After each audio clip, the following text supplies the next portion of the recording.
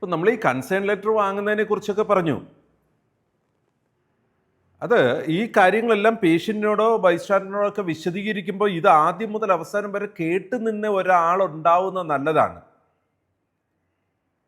Statutory nouns ഉപയോഗിച്ചിട്ട് കാര്യങ്ങളെ മനസ്സിലാക്കി നിയമപരമായ സാധ്യതകളെ മനസ്സിലാക്കി നമ്മൾ ഇത് കാര്യങ്ങളെ കൈകാര്യം ചെയ്യണം എന്നതാണ് PRE-4B കമ്മിറ്റ്മെൻറ്റിൽ പറയുന്ന informed concern process adhere to statutory norms.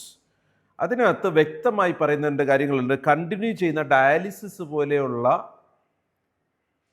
പ്രൊസീജിയറുകളുടെ കാര്യത്തിൽ ഓരോ ഡയാലിസിസിനും ഓരോ പ്രൊസീജിയർ ആണെങ്കിലും കൺസേൺ ലെറ്റർ വാങ്ങേണ്ട ആവശ്യമില്ല.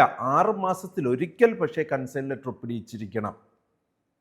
എന്നാൽ ബാക്കി അങ്ങനെ കണ്ടിന്യൂ ചെയ്യുന്ന പ്രൊസീജിയർ അല്ലാത്ത റിപ്പീറ്റഡ് പ്രൊസീജിയറുകളിലെല്ലാം തന്നെ കൺസേൺ ലെറ്റർ അതാത് സമയത്ത് വാങ്ങണം. ശ്രദ്ധിക്കണേ, അത് continuation of the same procedure for A long time എന്നതിന് കൺസേൺ ലെറ്റർ വാങ്ങുന്നതിന് നമുക്കൊരു ലിമിറ്റ് വയ്ക്കാം. 6 മാസത്തിലൊരിക്കൽ മതി, അതിൽ കൂടാൻ പാടില്ല.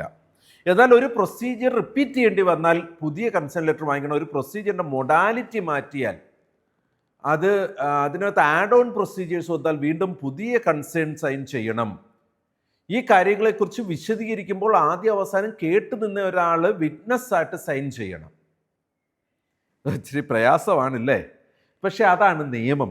നിയമപരമായി ചെയ്യുക എന്ന് പറഞ്ഞാൽ നമ്മൾ ഏതെങ്കിലും രീതിയിൽ അഡീഷണൽ പ്രൊസീജിയറോ മൊഡാലിറ്റി ചേഞ്ചോ വന്നാൽ പുതിയ കൺസേൺ ലെറ്റർ തന്നെയാണ് സൈൻ ചെയ്യേണ്ടത്. അപ്പോൾ റിപ്പീറ്റ് വരുന്ന കേസിൽ, കണ്ടിന്യൂഷൻ ഓഫ് റിപ്പീറ്റ് വരുന്ന കേസിൽ മിനിമം 6 മാസത്തിലൊരിക്കൽ കൺസേൺ ലെറ്റർ വാങ്ങണം.